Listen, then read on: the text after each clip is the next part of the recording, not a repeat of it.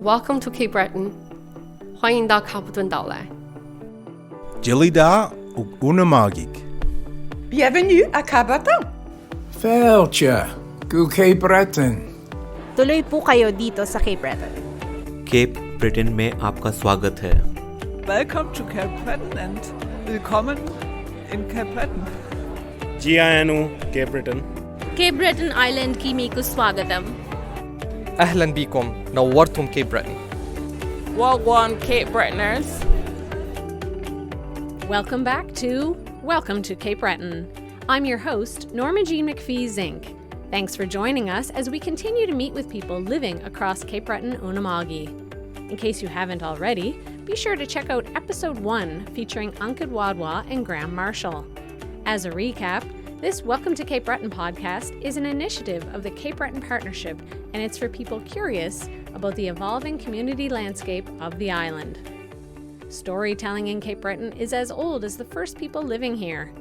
You come across any house on any street, you're going to hear a story. This podcast aims to reflect the tales of people who have newly arrived to Cape Breton Unama'ki, and you'll also meet people across the island dedicated to welcoming them to their new home. As an economic development organization, the Cape Breton Partnership wholeheartedly believes in working with all partners across Unama'ki to create welcoming, productive, and prosperous communities. Now we'll head down the peaceful road to Southside Boularderie, overlooking the Bredor Lake. Here we'll meet Claudia and Sebastian Bock. Fritzy the duck greets me as I get out of my car. It's late October, and several toppled trees remain as evidence of Tropical Storm Fiona. To my right, there's a barn, and to my left, a lovely old farmhouse. How many animals would you say are on the site here? Sebastian meets me outside. It's a tranquil and energizing property. The air smells refreshing. We head into their home where I meet Claudia. Hi, how are you?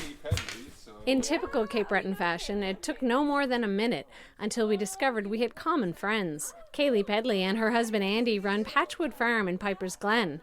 Kaylee also manages the Cape Breton Local Immigration Partnership, known as the CB LIP. It's administered by the Cape Breton Partnership. Yes, that's a lot of partnering, but it works.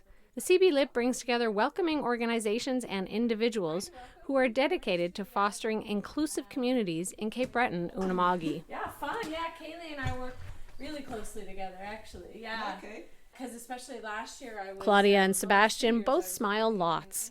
They have a very relaxing nature. They're tall and their eyes twinkle with excitement and kindness. Their living room overflows with mounds of delicious-looking vegetables. We have no extra building at the moment for our produce, so we have to store it in our living room, actually, which is a little bit of fiddling around and improvising. And come in. Okay. I love your home. Their farmhouse is nearly a century old. There's just something about old farmhouses, and this place has it. It's comfortable, charming, and beautiful. We settle into the cozy sitting room with stacks of gardening books all around. I was here for vacation several times.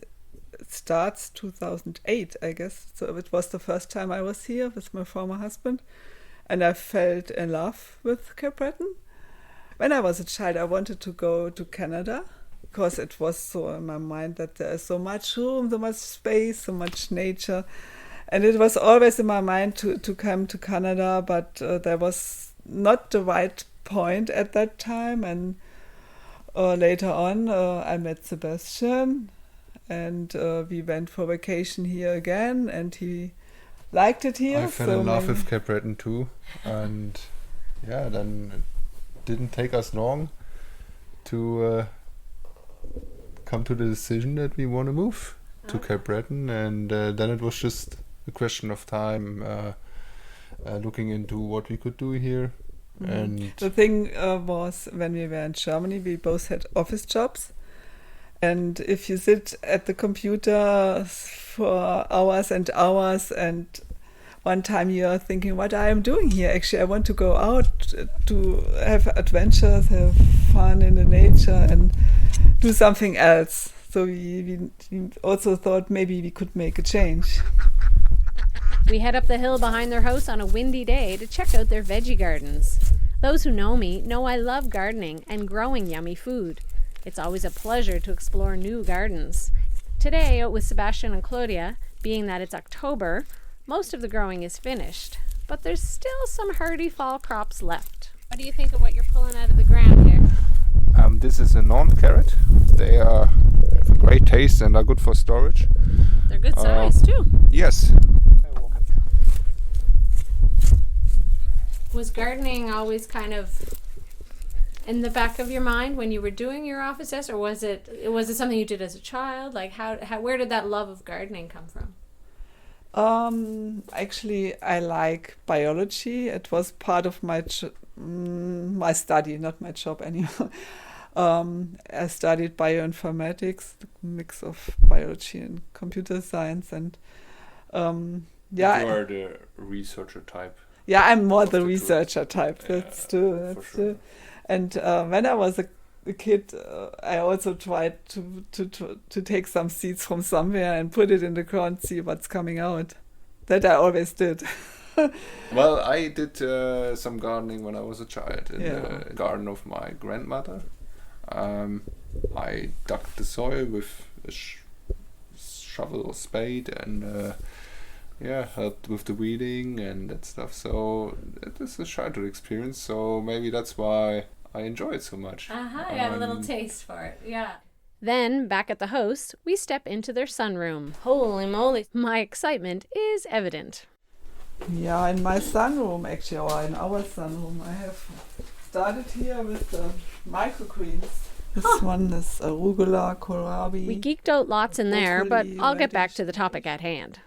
What kind of clinched your decision to come to Cape Breton? Just the beauty of it. I mean, it felt so unreal or surreal to be here or to actually move here and go to the supermarket. We just knew Cape Breton from vacation, and but we also knew that it is different to actually live in a place than to just visit a place as a tourist. Cape Breton is affordable too. Yeah, farmland is usually quite expensive, and Cape Breton is one of the spots in the world where you can still afford it. Now, a quick message from the Cape Breton Partnership. Did you immigrate to Canada and settle in Cape Breton? Are you interested in using your experience to help make it easier for others to settle in? The Cape Breton Local Immigration Partnership has an immigrant advisory table, and it's looking for members. Apply by visiting capebretonpartnership.com/CBLIP. The Cape Breton Local Immigration Partnership has several working groups focused on different aspects of building welcoming and inclusive communities. Anyone is welcome to join.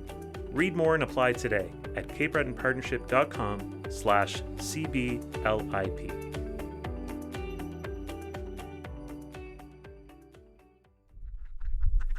Deciding to move to Cape Breton Unama'ki was just the start of the process for Sebastian and Claudia. We had a lot to do to get our PR card because we had to improve our English language skills, and we came here via the express entry at that time. So we had every Sunday we were sitting in our living room and learned English, listening and not just writing. Sundays, also after work, even if it was late. And it took us, I guess, almost 2 years to get these extra points, like for the express entry, as they draw only the, the upper 20% or so, I don't know, depending on the year. Yeah. And when we started, it was still quite a high number. The general eligibility we had from the first test on, but to get these extra points, it took us more time. Yeah. Their hard work paid off. Then we got the yes from Canada, we can come, but then we had to figure out how can we really do that. I mean, it was then 2017. Excited with the great news that they were successful in their express entry submission, Claudia and Sebastian still needed to sell their home in Germany and find a place to live in Cape Breton. That's when they became woofers for a few weeks with my colleague Kaylee and her husband Andy on a farm in Piper's Glen. During that stay, they found a house to buy, Then, after a bit of time back in Germany to pack, they finally arrived in Boularderie in September 2020. COVID quarantine regulations were in full swing, and there was also some wild weather to greet them. Actually, we should arrive a day before, but then there was a Hurricane Teddy, which was actually not too bad, but the flight was cancelled. But a storm. A storm. But the flight was cancelled from Toronto to Sydney, so we had to stay with our cat in a in a hotel room, which was not planned before.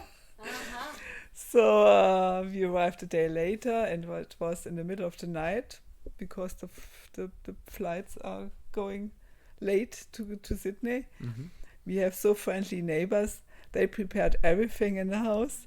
We had an air mattress in the bedroom, and a stocked up fridge, and also a litter box for the cat, which was very considerate. Yeah, it was. Yeah, the cat was so happy. I think the cat. Did I just see the cat? No, it disappeared. Sad story. It's probably the coyotes, maybe been taken by coyotes or a bobcat. Yeah, in June. I feel terrible, the huge cat lover that I am. After lamenting a bit more about their cat Marnie, we continue with their story, one tangled with the logistics many newcomers face. So we had to stay in our house for 14 days. In quarantine. So we couldn't do so much. We explored the property. And the thing was, we had still our German phone, and we had to find out actually where to get another phone, where to get a credit card. We had already ordered a car, and we had the car there, but it was not insured at that time because it's for newcomers. That's the drawback, I would say. It's quite expensive. So I had a letter from my home insurance, from my car insurance in Germany, but that made no difference. Actually, 30 years without accident, but that didn't count. This is not recognized at all in Canada, so this is one of the drawbacks you for were immigrants. Treated like a learner. Yeah. And that is, so we had to find out the cheapest insurance company for the car because we didn't want to pay $5,000 a year. And it took us more than the usual 3 quotes to find one, and it was still expensive. But but it was like a circle. How should I say? You have to have a phone number, a Canadian phone number, to get a credit card, and for the credit card, it's. Oh, you need one to get the other. It was so complicated, this process, but at the end we figured it out. After 1 month, I think. Yeah. They're super grateful to their welcoming neighbors who provided some much-needed guidance during those early days. Our neighbors helped us too with getting all this equipment running, like a generator. We were not used to Sebastian use a generator. Has never sit on a tractor before. Like, in German, we would say you got 2 left hands, right? So you are not really, yeah. But it was also fun, actually. If you not a maintenance guy or whatever. So what made it fun then? You're saying it was still fun.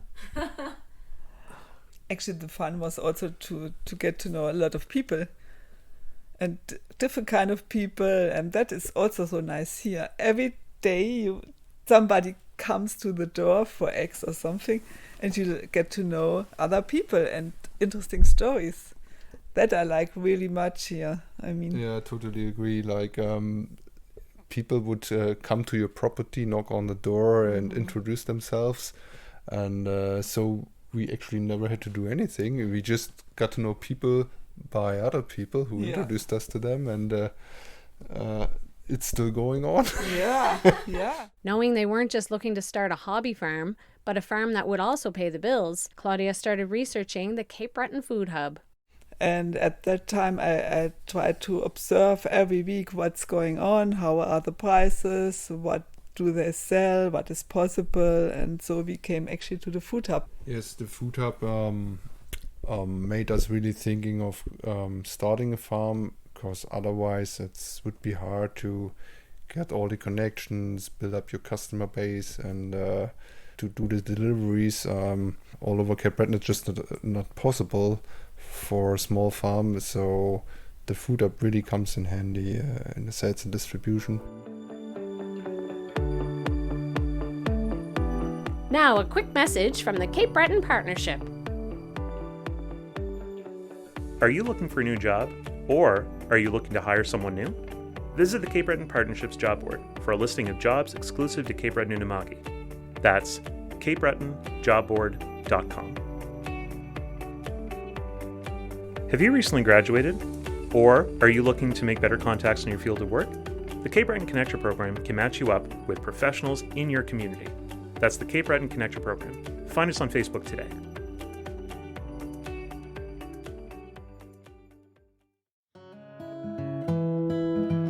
The desire to grow and share healthy, locally grown food for themselves and for others continues to fuel their efforts.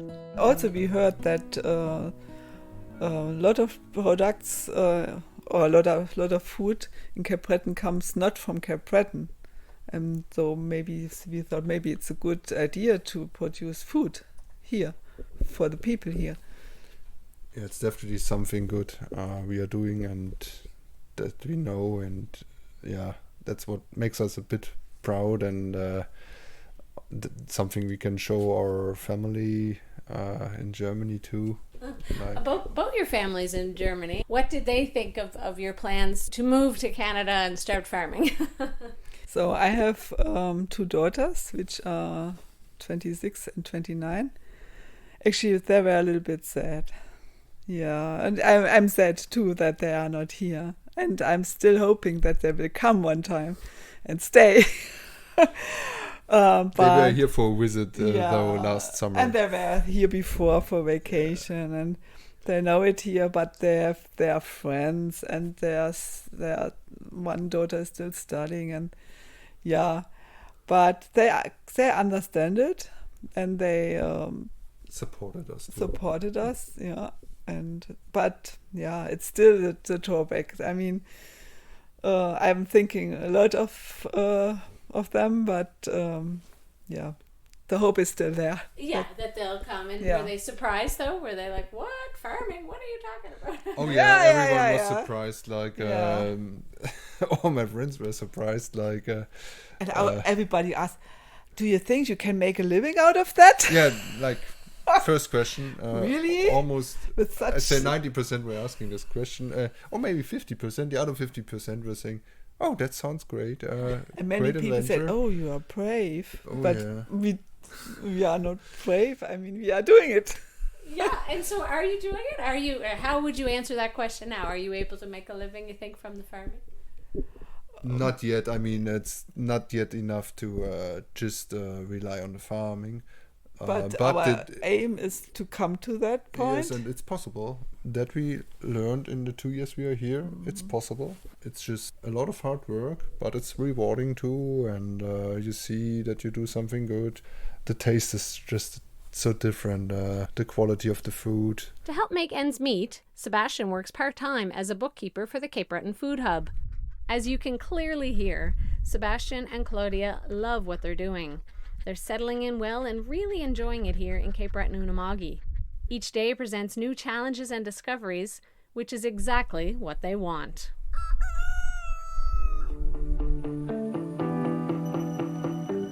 Thanks so much for listening. I'm Norma Jean McPhee Zink. This podcast would not be possible without the superstar communications team at the Cape Breton Partnership.